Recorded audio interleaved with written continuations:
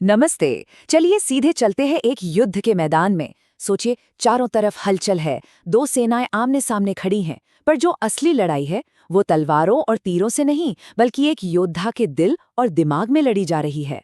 और इसी उथल-पुथल के बीच शुरू होती है एक बहुत ही गहरी बातचीत, एक शिष्य और उनके दिव्य गुरु के बीच। ये सवाल उठाए थे महान योद्धा अर्जुन ने। पर जरा सोचिए, क्या ये सवाल सिर्फ उनके हैं? क्या कभी ना कभी हम सब ने अपने आप से ये नहीं पूछा कि मैं कौन हूँ, मेरा मकसद क्या है, और जब सब खत्म होगा तो क्या होगा? ये ऐसे सवाल हैं जो हर दौर में हर इंसान के मन में उठते हैं। अब देखिए, ये बात समझनी बहुत जरूरी है। अर्जुन किसी दोस्त से राय मशवरा नहीं कर रहे थे। नहीं, वो सीधे सीधे सोर्स से पूछ रहे थे, स्वयं भगवान कृष्ण से, जो उस वक्त उनके सारथी बनकर उनके सामने थे। यही बात इस कॉन्वर्सेशन को इतना पावरफुल बनाती है। ये कोई आम सलाह नहीं है, ये एक दिव्य ज्ञान है जो सामने आ रहा है। तो अपने शिष्य के इन गहरे सवालों का जवाब देने के लिए कृष्ण शुरुआत करते हैं कुछ बेसिक डेफिनेशन से। इसे हम एक तरह की कॉस्मिक ग्लॉसरी कह सकते हैं, क्योंकि देखिए, बड़ी पिक्चर को समझने से पहले उसके छोटे छोटे हिस्सों को, मतलब बिल्डिंग ब्लॉक्स को समझना तो जरूरी है ना। तो सबसे पहला शब्द है ब्रह्म। अच्छा, यहाँ एक बात साफ कर लेना बहुत जरूरी है। यहाँ ब्रह्म का मतलब सुप्रीम लॉर्ड नहीं है। यहाँ इसका मतलब है वो अविनाशी दिव्य जीव, यानी इंडिविजुअल सोल। हम सबके अंदर जो एक डिवाइन स्पार्क है वो। आप इसे ऐसे समझ सकते हैं कि जैसे एक बहुत बड़ी आग है और हम सब उसकी एक छोटी सी चिंगारी हैं। और उस आत्मा का, उस चिंगारी का अपना नेचर क्या है? वही है अध्यात्म, यानी कि द सेल्फ। ये हमारा असली, हमारा इटर्नल सेल्फ है, जो इस फिजिकल बॉडी के पीछे छिपा हुआ है। अगला शब्द आता है कर्म। हाँ, ये शब्द तो हम सबने सुना ही है ना? कृष्ण यहाँ इसे कैसे समझाते हैं? वो कहते हैं कि कर्म वो एक्शंस हैं जिनसे हमारी मटेरियल बॉडीज बनती और विकसित होती हैं। मतलब हमारे ही काम ये तय करते हैं कि इस जीवन की यात्रा के लिए हमें कैसा शरीर मिलेगा। फिर आता है अधिभूत, मतलब ये फिजिकल वर्ल्ड, ये भौतिक प्रकृति। और इसका स्वभाव क्या है? कॉन्स्टेंटली बदलते रहना।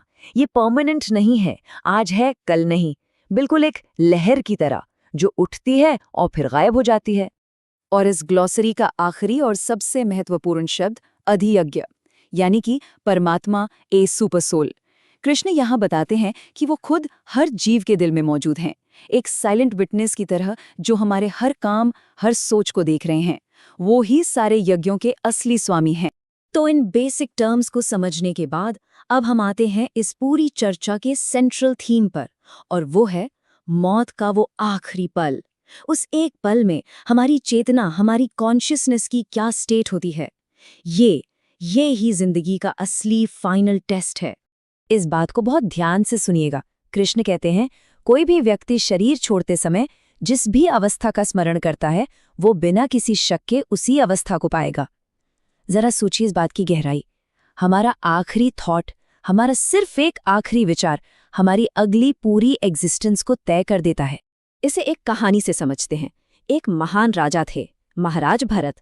बहुत ही पवित्र आत्मा, लेकिन अपने आखिरी पलों में उनका मन एक हिरन के बच्चे में अटक गया, जिसकी वो देखभाल करते थे। नतीजा, अगले जन्म में उन्हें हिरन का शरीर मिला। अब इसकी तुलना कृष्ण के वादे से कीजिए कि जो आखिरी पल में सिर्फ उन्हें याद करता है, वो सीधा उन्हीं के पास पहुंचता है। यही फर्क है लगाव और भक्ति में। तो सवाल ये उठता है कि अगर मौत एक टेस्ट है, तो इसकी तैयारी कैसे करें?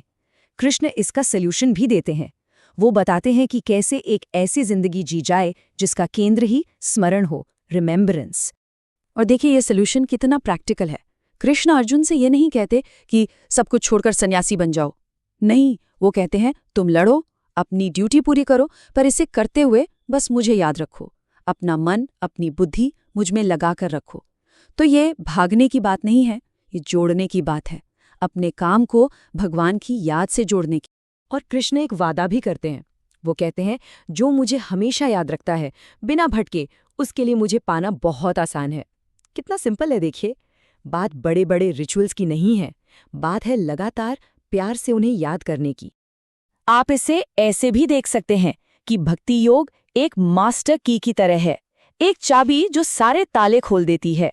जो भक्ति के रास्ते पर है उसे शास्त्रों को पढ़ने, तपस्या करने या दान पुण्य करने, इन सब का फल अपने आप मिल जाता है। इसमें सब कुछ शामिल है। चलिए अब इस चर्चा के आखिरी हिस्से की ओर बढ़ते हैं। कृष्ण यहाँ बताते हैं कि शरीर छोड़ने के बाद आत्मा की जर्नी के 2 अलग-अलग रास्ते हो सकते हैं और ये रास्ते कॉस्मिक टाइमिंग्स पर डिपेंड करते हैं। वेदों में 2 तरह के रास्तों का जिक्र है। एक है प्रकाश का मार्ग, यानी जब कोई शुभ मुहूर्त में शरीर छोड़ता है, जैसे दिन के उजाले में या जब चांद बढ़ रहा हो। इस रास्ते पर जाने वाले को मुक्ति मिलती है, वो वापस नहीं आता। और दूसरा है अंधकार का मार्ग, जब कोई रात में या अशुभ मुहूर्त में जाता है। इस रास्ते पर जाने वाला वापस इसी दुनिया के साइकिल में लौट आता है। लेकिन, और ये बहुत बड़ा लेकिन है, कृष्ण कहते हैं कि जो भक्त है उसे इन कॉस्मिक टाइम टेबल्स की फिक्र करने की कोई ज़रूरत नहीं है। उसकी भक्ति ही उसका कंपस है और उसका टिकट भी। फर्क नहीं पड़ता कि वो कब शरीर छोड़ता है, उसकी मंजिल तो तय है। तो आखिर ये मंजिल है क्या? कृष्ण अपने धाम का वर्णन करते हैं, गोलोक वृंदावन, एक ऐसी जगह जहां से कोई लौट कर नहीं आता, जहां सब कुछ दिव्य है। महल पारस पत्थर के हैं, पेड़ इच्छापूर्ति वृक्ष हैं, जहां सिर्फ और सिर्फ आनंद है। सच में ये वही घर है जिसे हर आत्मा खोज रही है। और इसी के साथ ये सदियों पुराना ज्ञान हमें एक आखिरी सवाल पर लाकर छोड़ देता है। अगर हमारा एक आखिरी विचार हमारी पूरी इटर्निटी तय कर सकता है, तो हमें खुद से ये पूछना चाहिए कि हम हर रोज अपने मन को किन चीजों से भर रहे हैं। असल में याद रखने लायक क्या है?